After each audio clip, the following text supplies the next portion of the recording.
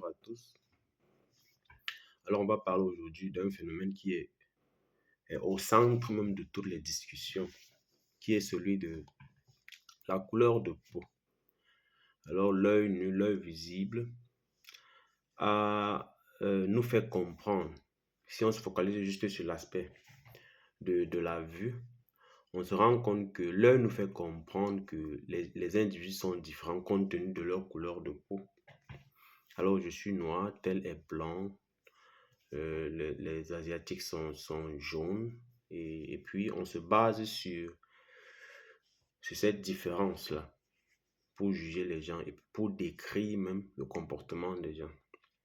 Et ça fait beaucoup de problèmes parce que à cause de cette ignorance-là, certains pensent que certaines races sont plus fortes ou bien plus puissantes que les autres. Et je parle considérément de la nôtre, suivez mon regard. Alors, le problème, c'est quoi? Le problème, c'est que même dans le spectre de la lumière, le spectre que le soleil émet, il y a plusieurs ondes. Et parmi ces ondes-là, il y a ce qu'on appelle les ondes UV, qui sont les ondes de la lumière visible. Alors, sans ces ondes UV-là, l'œil ne pourrait pas être capable de voir. Et c'est ces ondes UV qui sont émises par le soleil, qui reflètent sur la surface de la Terre et qui reflètent sur la surface de la Terre et se reprojettent sur nos yeux. C'est ça qui fait qu'on a la capacité de voir. C'est pour ça que dans une chambre noire, vous ne pouvez pas voir parce qu'il y a absence de la lumière visible. Pas de l'absence du soleil, mais absence de la lumière visible. Et cette lumière visible-là, qui est une onde qu'on appelle les ondes UV, est émise par le soleil. C'est émis par l'émission du soleil. Alors, c'est l'onde UV qui permet aux yeux de voir. Et puis, c'est le petit spectre de l'onde UV qui permet aux yeux de voir. Alors, vous voyez que de temps en temps, si on se focalise juste sur ce que l'œil voit, on perd toute la trajectoire de la chose. On est incapable de décrire, de voir la chose du bon côté, de voir la chose dans la globalité. Maintenant, les êtres humains, par leur ignorance, et même à la limite, on peut dire que c'est la mécréance humaine, hein. Juger les gens à travers ce qu'ils voient, à travers, n'est-ce pas, le dernier sens, qui est l'œil visible. Alors, tu es noir, tu n'es pas comme moi. Prenons une petite analogie. Disons que on plaçait devant vous 5 bouteilles, ou bien 5 verres, 5 bouteilles de couleurs différentes. C'est-à-dire la première bouteille est de couleur verte, rouge, la deuxième rouge, troisième jaune, quatrième noir, cinquième bleu, 5 bouteilles. Et que à votre insu, on a mis dans toutes ces bouteilles-là, le contenu de ces bouteilles-là, c'est de l'eau. L'eau. On met dans ces bouteilles de l'eau et puis on ferme les bouteilles, on couvre. Et on vous demande de rentrer, on vous interpelle, on vous demande d'entrer dans la chambre. Puisqu'on a fait ça à votre insu. Et quand vous entrez, les bouteilles sont toutes présentées sur la table, déposées sur la table. Et puis on vous demande de dire ce que vous voyez. Qu'est-ce que vous voyez? Vous voyez? Vous allez dire, je vois la bouteille peut-être jaune. Vous voyez la bouteille jaune, mais le contenu, vous ne pouvez pas décrire le contenu, vous voyez? D'aucuns diront, non, c'est du soda à l'intérieur. D'aucuns vont dire, peut-être dans la bouteille verte, on va dire c'est du Sprite. Dans la bouteille orange, on va dire peut-être c'est du jus d'orange. Dans la bouteille noire, on ne peut pas décrire le contenu. Maintenant, on va commencer à faire ce que j'appelle, on va commencer à se demander ce que la bouteille noire peut contenir. Vous voyez? Parce qu'on ne voit pas. Vous voyez? C'est exactement comme ça avec les êtres humains. Nous sommes plus que la couleur de peau. C'est l'ignorance humaine qui fait en sorte que les êtres humains se limitent juste sur l'aspect couleur. Mais en réalité, le contenu est le même. Chaque être humain est connecté par une chose. Nous sommes tous connectés. Mais le monde visible, la représentation physique nous montre, ou bien veut nous faire comprendre que nous sommes différents. Nous ne sommes pas différents. Nous sommes tous les mêmes. C'est comme les bouteilles. C'est comme l'analogie des bouteilles que je viens de prendre tout à l'heure là. Nous sommes tous... On représente les bouteilles, mais le contenu est la même chose. Vous n'êtes pas différent de moi, je ne suis pas différent de vous.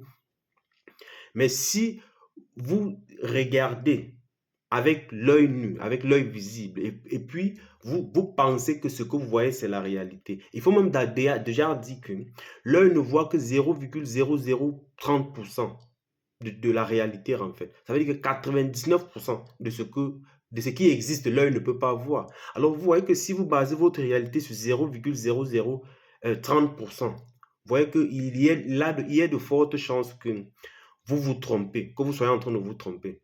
C'est ça, avec ce phénomène de race, les gens qui n'ont pas compris et qui jusqu'à aujourd'hui, c'est en train vraiment de punir notre société. Oui, ça punit notre société parce que les gens n'ont pas juste compris que en réalité, il n'y a pas de différentes races. Nous sommes juste une réflexion différente de ce que l'œil conçoit. Et par conséquent, cette réflexion différente ne veut impérativement pas dire que nous sommes différents. Ouais.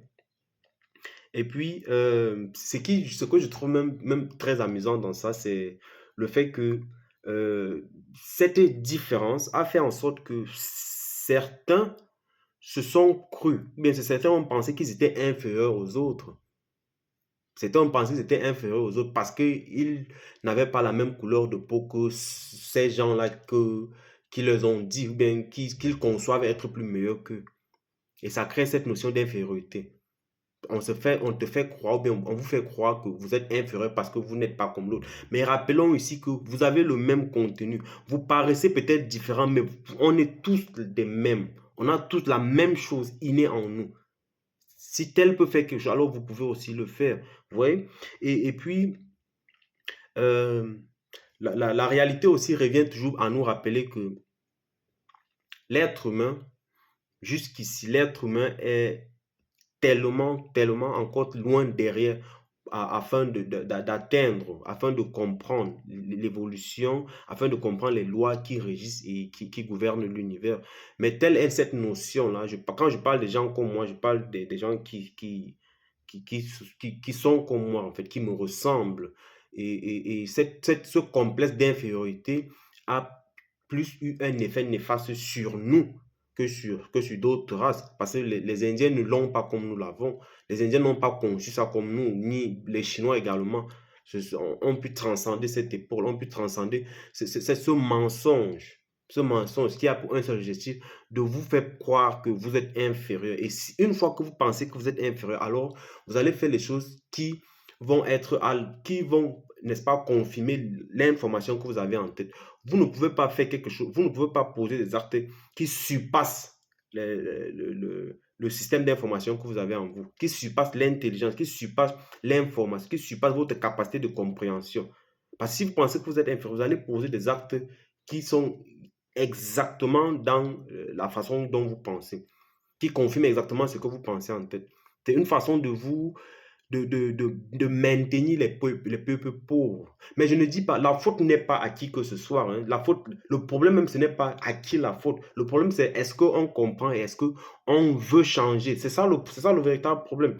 Parce que si on jette du tort à quelqu'un, alors il y a de fortes chances on ne prenne jamais la responsabilité qui est la nôtre et commencer à avancer.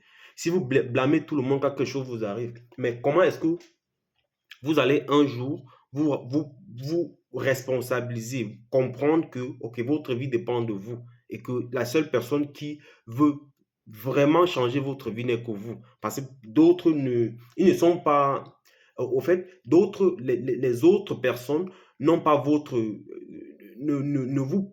ne sont pas là pour vous, en fait, si je peux le dire comme ça. Vous devez être la seule personne qui a cet engouement, qui a ce désir de changer. Et par ce désir, en parlant de ce désir, j'appelle ça de prendre cette responsabilité et savoir que votre vie dépend de vous, votre futur dépend de vous. Et si quelqu'un doit changer, c'est vous. Parce que le monde ne change pas jusqu'à ce que vous changez. On vit sur cette planète, mais chacun vit dans son monde. Et votre monde est caractérisé par les pensées que vous avez, vos croyances et ce que vous expectez, ce que vous attendez du monde en fait.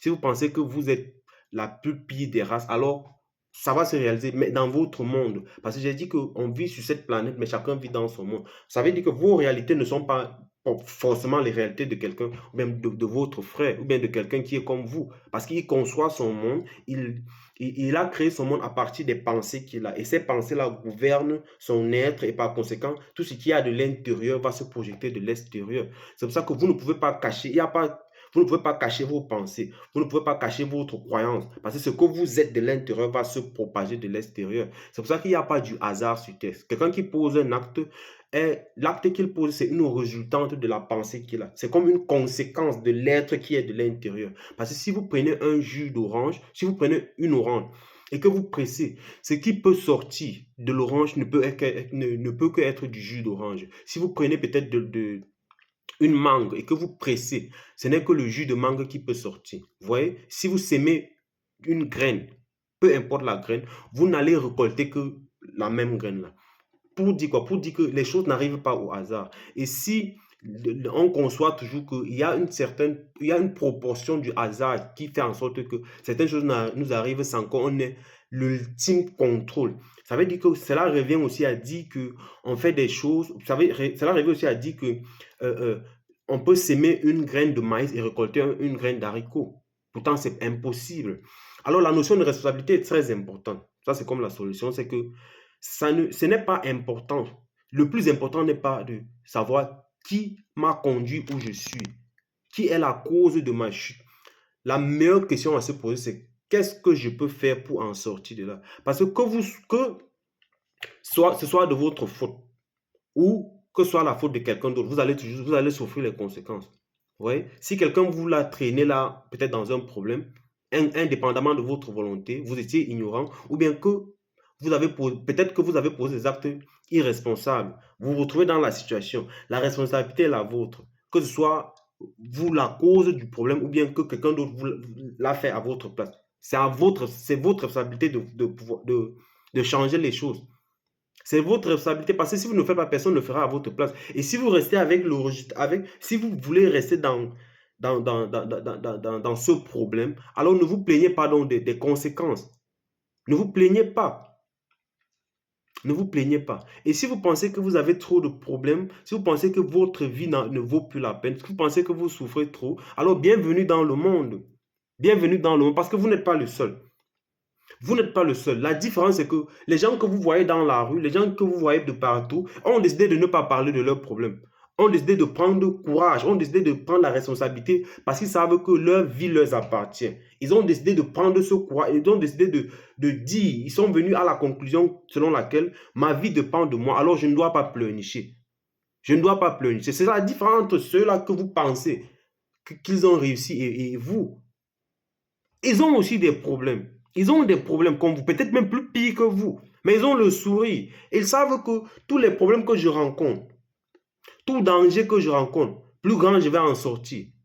Tous les problèmes que je rencontre, je vais en sortir plus grand et je vais apprendre quelque chose.